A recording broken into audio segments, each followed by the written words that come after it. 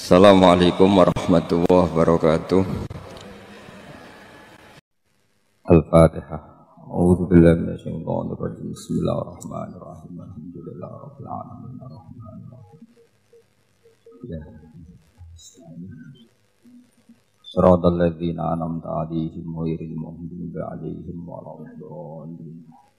Bismillahirrahmanirrahim. Nahmaduka ya ghafuru ya syakuru. Mashalli wa sallim barik ala sayyidina maulana Muhammadin wa ala alihi wa sahbihi asma'in nama ba'du.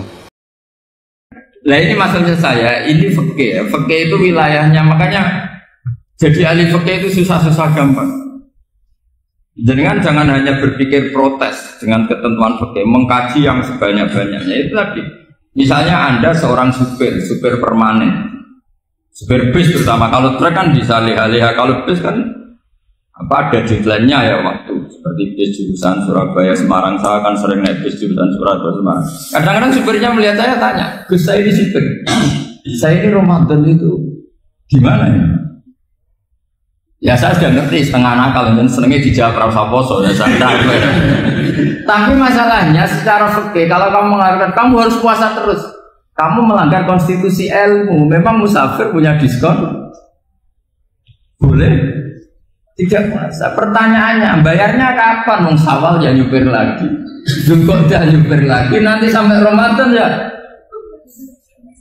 Nah terus, ya pas kamu cuti, biasanya cutinya pas sakit, boleh diskon lagi karena sakit. Coba.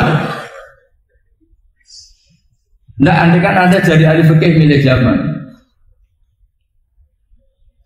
Lu kalau orangnya soleh terus kayak ustadz di sini kayak dosen UI kan, masa dosen UI Universitas Islam nggak Islami kan nggak mungkin.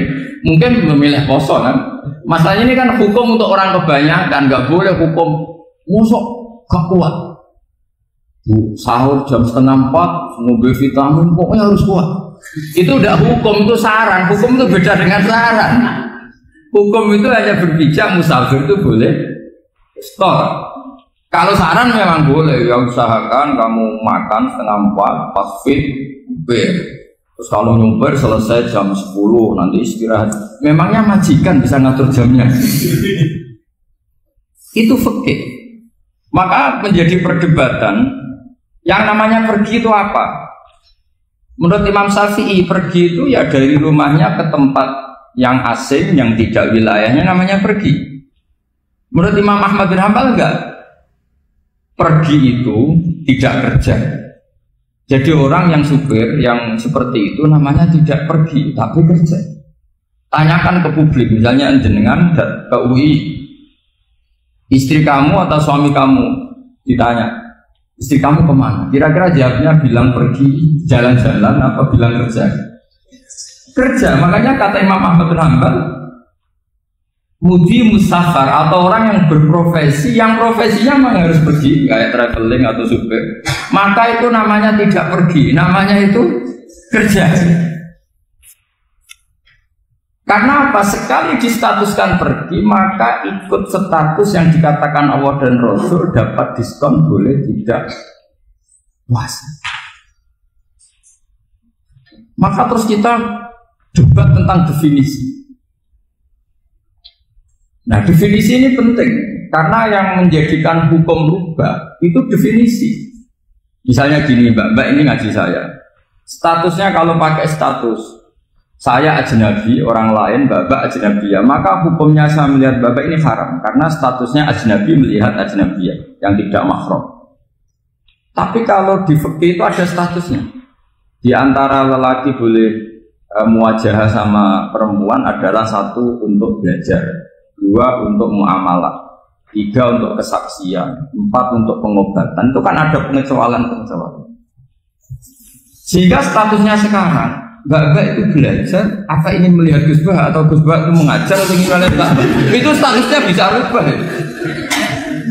Makanya kalau sebetulnya kalau kita marung di warung misalnya Padang, kita nggak pilah-pilah, kebetulan pelayannya perempuan itu masih bisa dikhilah secara fikih. Saya muamalah marung, cuma kebetulan penjaganya. Tapi masalahnya papa ini punya daftar penjaga yang cantik, itu masalah. Maka pertanyaannya itu marung ke situ demi marung, apa demi melihat? Tidak jawab saja. Demi marung apa demi melihat? Kalau demi marung supaya kenyang, penjaga yang sangar-sangar juga banyak. Akhirnya kalau demi makan, penjaga yang cowok kan banyak. Kalau demi melihat, berarti yang dihitung kan niatnya. Berarti karena muamalah apa karena melihat?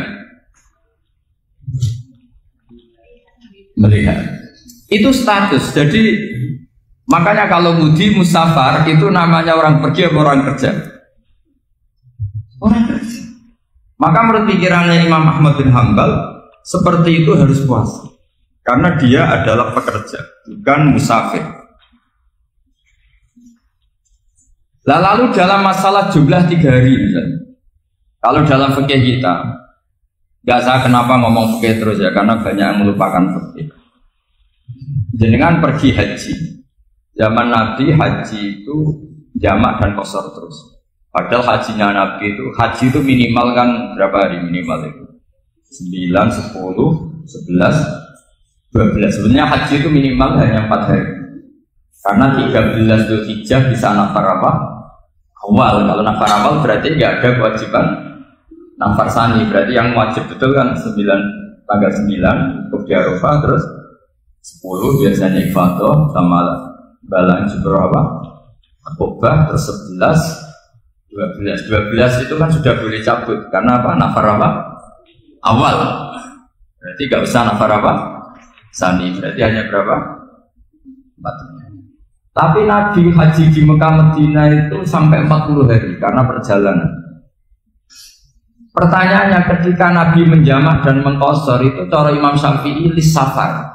Karena Nabi orang Medina datang ke Mekah dengan jarak 460 kilo, maka Nabi boleh jamak dan qasar. Jadi pikiran Imam Syafi'i jamaknya Nabi itu lis-safar karena pergi. Cara pikiran Imam Malik enggak, jawabnya Nabi itu linusuk. Nabi menjamak sholat itu karena melakukan ibadah haji.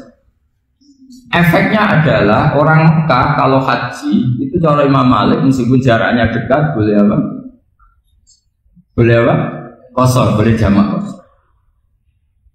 Lalu terus ada pertanyaan fikih lagi. Lalu jamak qasar itu karena pergi apa karena masyaqqah? Karena repot. Coba kalau sampean kira-kira jawab.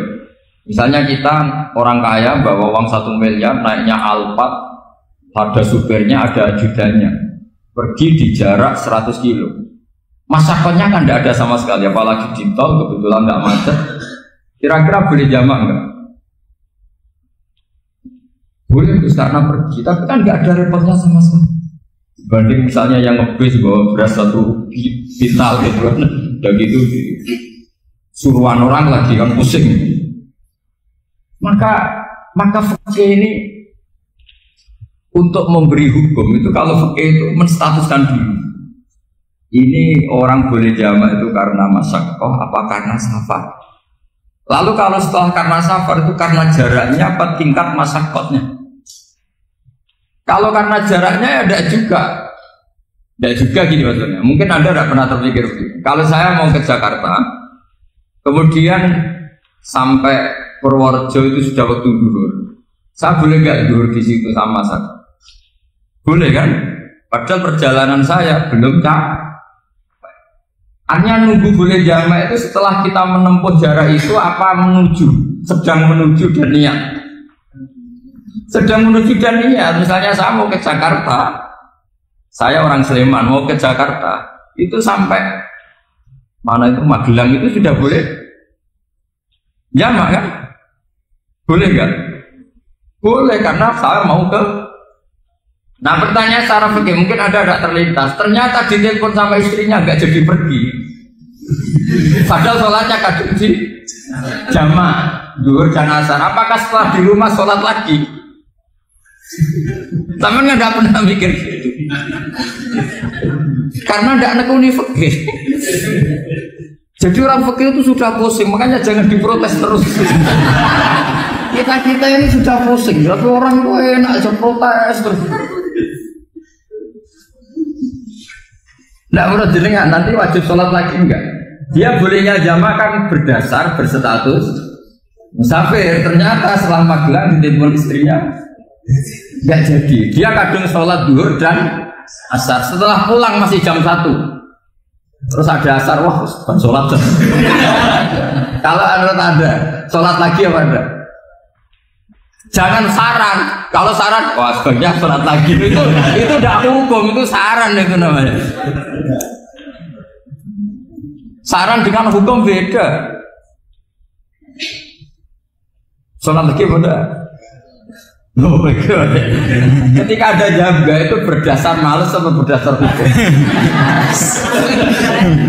Apa?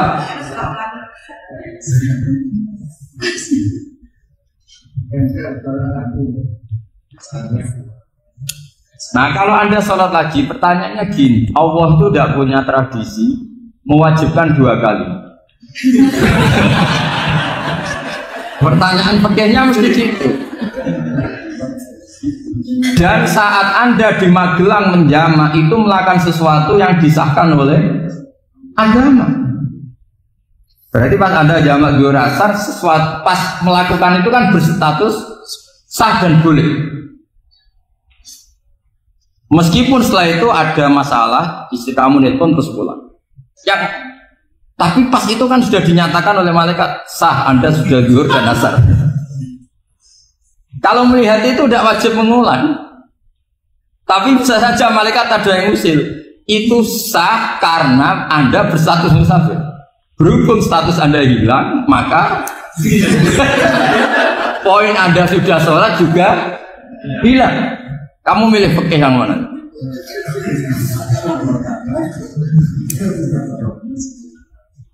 Jadi peneliti fikih itu beda dengan orang-orang yang mendengarin protes. Beda karena nekuni. Nekuni itu beda karena ada konsekuensinya. Makanya fikih itu sampai saya punya kitab fikih itu dikarang 1 orang itu jumlahnya 20 jilid. Per jilid itu segini. Jadi 1 meja ini dikarang 1 orang.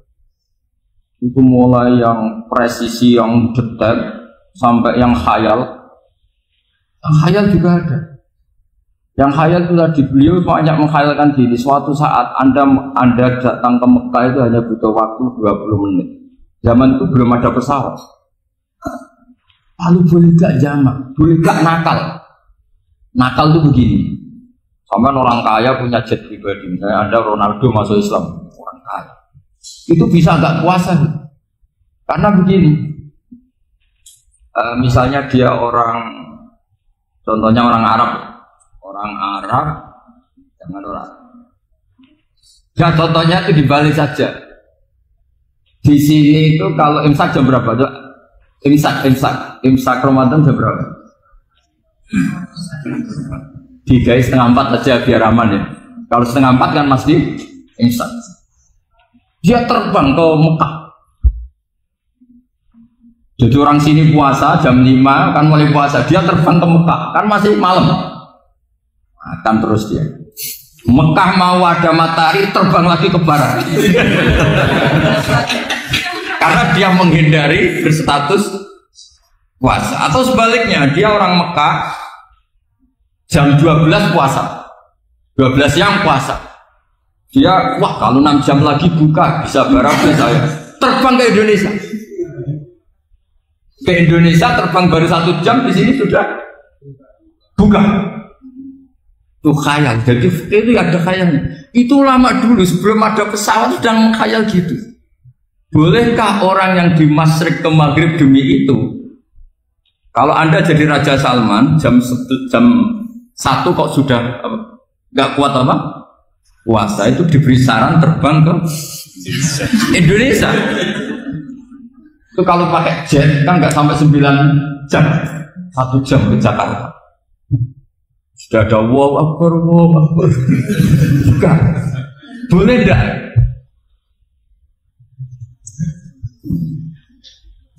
Loh mau kamu enggak bilang, oh enggak boleh. Wong di Jakarta sudah guru bisa sih. Masa sudah matahari terbenam orangnya enggak boleh? Bukan. Leja. Apa?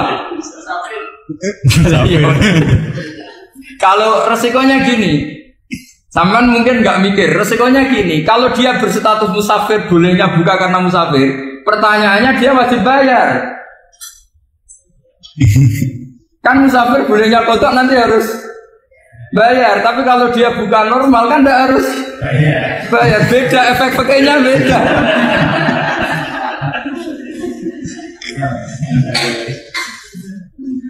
Sama jangan protes, Gus Baik gimana mau ngaji mana tidak senang. Ini kan ngajinya para dosen, para pegawai, jadi harusnya itu jadi mufti, ngaji untuk jadi mufti, bukan ngaji untuk mendengarkan. Jadi makanya saya mohon jangan sering protes sama ulama, ulama sudah pusing. Karena efek-efek hukum itu tidak gampang. Kayak tadi misalnya, kalau dia boleh buka atas nama musafir, resikonya wajib bayar. Masalahnya Raja Salman ini mau ndak? Dia inginnya. Maka pertanyaannya itu kitab yang milik saya tadi yang 20 jilid tadi. Ulama itu mulai dulu sudah membayangkan bagaimana kalau suatu saat ada satu kendaraan. Kenapa ulama bisa bayangkan itu? Karena ada buruk. Meskipun mereka nggak numpak buruk, hanya Rasulullah, tapi kan bisa bayangkan ada toyul waktu. Waktu itu bisa dilipat.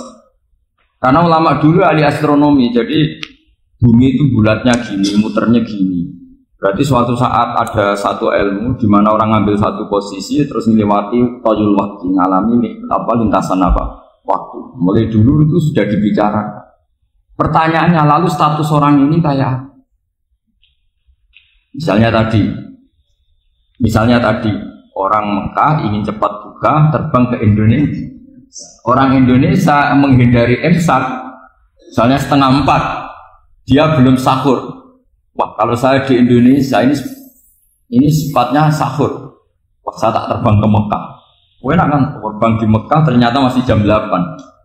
Wah, bisa makan sepuasnya jam 8 malam, maksudnya jam 20. Kan enak dia. Barwarek balik ning Indonesia terus jam 1 siang. Jam 1 siang kalau ingin cepat buka terbang ke timur. Langsung buka. Berarti dia kira-kira puasa aja 3 jam.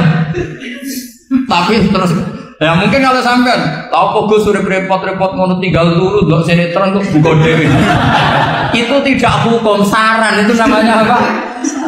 Kalau hukum tetap tadi yang dikatakan puasa adalah imsak, mulai jam imsak sampai hurubus. Lalu pertanyaannya lagi, hurubus samsi sampai imsak itu konversi jam apa nyata-nyata hurubus samsi? Kalau yang diliwati khatul istiwa itu nyata fi'lan, kalau dalam bahasa Arab fi'lan awaqiyan. Tapi kalau Anda orang kutub, saya sering kirim-kiriman surat sama mufti-mufti yang ada di Timur Tengah, di Eropa, konsultasi maksudnya. Orang kutub itu kan tidak ada matahari, tidak ada apa-apa. Jika kalau Anda baca kitab di kutub, mesti Gus Bah jangan pembohong. Misalnya orang kutub ngaji saya, kamu harus subuh sebelum matahari terbit. Sekali matahari terbit, waktunya hilang. Duhur setelah matahari agak ke barat. Asar kalau matahari terbenam hilang waktunya. Mereka bisa bilang mataharinya di mana? Maka pertanyaannya, boleh gak mengkonversi waktu untuk orang kutub? Jadi misalnya pola umum subuh jam 4:30, berarti antara subuh dan qadha itu 1,5 jam. Subuh sama zuhur polanya berapa berarti? Kalau 4:30 sampai jam 12 itu 6 sama 7,5. Berarti ya kira-kira habis subuh nunggu 7,5 jam baru zuhur, nunggu 3 jam baru asar, nunggu 3 jam baru maghrib. Berarti waktu puasa kira-kira antara jam 4 sampai jam 6. Berarti berapa jam itu? 12 sama 2 14. Oke, berarti orang kutub harus puasa 14 jam. Tidak bergantung waktu mata. Tapi ada lagi pertanyaan lucunya gini, lalu 14 jam itu dimulai dari mana? Apa asal 14 jam? Apa harus ada konsensus setarnya? Masih ada PR lagi. Menurut kamu gimana? Ada konsensus setarnya dimulai jam 4 dini hari Apa asal jumlahnya? Imsak 14 jam. Mikir lagi kan? Itu di Denmark itu ada satu musim di mana siang terus sampai sekian bulan. Siang terus sampai orang sana itu capek. Kenapa ada siang terus? Logikanya kan tadi bumi itu bulat-bulat, juga belajar falak, belajar astronomi. Kalau tepaan kamu di sisi yang barat agak utara atau agak selatan, matahari ini nyentrong terus. Sehingga bumi mulak-malik ya kamu kesentrong terus karena kita ini kan tepaan di katulis iwa, di khotul istiwa. Sebenarnya khotul istiwa itu bahasa Arab dari kata khotul istiwa. Khotul itu garis, istiwa itu tengah. Lah, Islam itu oleh Allah memang dipilih di tempat paling top yaitu Mekah. Mekah Ka'bah itu surratul ardi.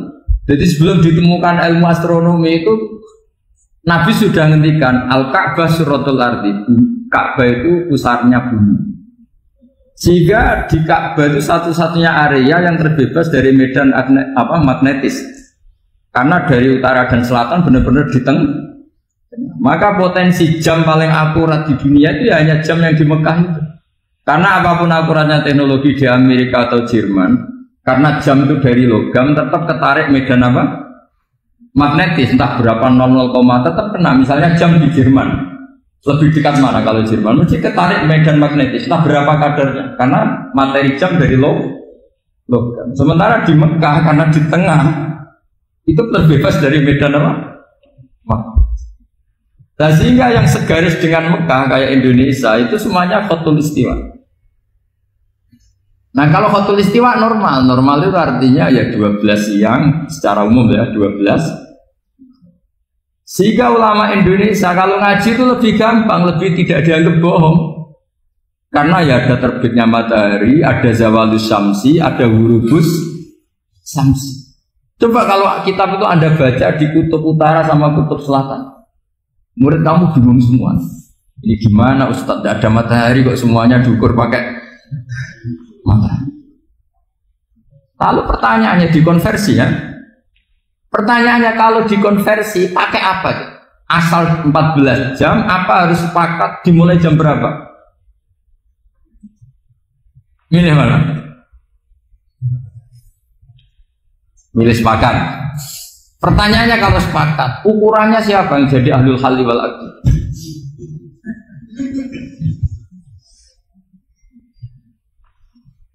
Jadi orang fikih itu sudah bingung, makanya saya mohon jangan sering diprotes.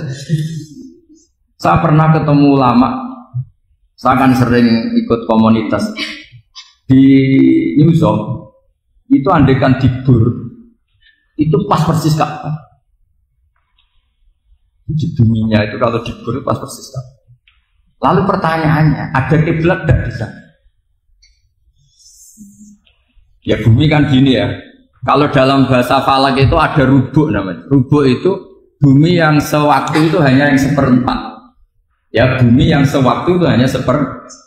Jadi kita sekarang siang, berarti yang baru siang hanya seperempat bumi. Nanti yang malam ya hanya seperempat bumi. Ya misalnya sekarang kita di sini siang, di Arab Saudi kan belum, ini masih 5:30. Ini sekarang di Arab Saudi baru. Lah itu ada daerah di mana dengan Ka'bah itu pas atas sama bawah. Harusnya kan bebas arah. Apa? Bebas arah. Lalu orang sana sholatnya itu menghadap kemana? Pernah ulama New York itu minta fatwa ke Rabitatul Alam Al-Islami. Lalu kita harus menghadap kemana? Makanya dalam dunia anekdot ulama itu ada anekdot Abu Nawas itu orang yang nggak pernah kalah. Dia itu terkenal nggak pernah kalah. Tapi dia ada ilmuwan. Dia punya tetangga ilmuwan, punya pengaruh besar. Semua orang ngaji ke ilmuwan itu. Mantelnya bukan main, karena dia ahli falak, ahli astronomi. Mau nandingi dia tidak bisa, nggak nandingi itu reputasinya jatuh. Orang itu berteori kalau bumi itu bulat-bulat. Kalau kamu jalan ke sini, maka akan ke titik yang suatu saat si profesor ini kemalingan, terus minta tolong Abu Nawas rumah saya kemalingan. Terus lari kemana malingnya? ke timur. Setelah ke timur, larinya ke timur. Abu Nawas lari ke barat. Lari ke barat. Terus ditanya, sudah tak bilang nih, malingnya lari ke timur kok kamu lari ke barat. Nanti ketemu di titik yang sama. Sebenarnya itu profesornya makel. Oh kamu nyindir. Artinya Abu Nawas gak terima. Teori Anda itu gak bisa. Secara keilmuan benar, tapi secara faktual gak boleh. Berarti kalau ada orang ngejar istrinya lari ke timur, dia harus tetap ke barat. Nanti ketemu di titik. Ya. Jadi malingnya tuh lari ke timur, Abu Nawas ngejar ke barat. Ketika ditanya profesornya, saya bilangin malingnya tuh lari ke timur, kenapa ada ke barat? Kataan kan nanti ketemu di titik sama kalau bulan. Nah pertanyaannya gini, lalu kalau yang segaris itu ada arah enggak? Kayak New York tadi. Menurut kamu tetap berkiblat apa enggak usah? Loh kalau yang rubuk jelas. Loh gitu, kalau rubuk begini loh, misalnya begini, terus kamu di sini sama sini kan masih ada arah. Tapi kalau sini sama sini masih butuh kiblat enggak? Lalu sama enggak usah protes, orang fikih sudah pusing, enggak usah diprotes. Karena yang dipikir itu macam-macam. Nah ya makanya ini kan ini mengkaji ya, saya mohon ya kayak tadi ini mengkaji, saya mohon saya cukupkan sekian. Sementing apa ya, kita ada respeknya lah sama ulama. Jadi ulama itu susah, mikirnya susah, harus tanggung jawab di depan Allah, di dunia diprotes terus. Ya saya kira demikian. Assalamualaikum warahmatullahi wabarakatuh.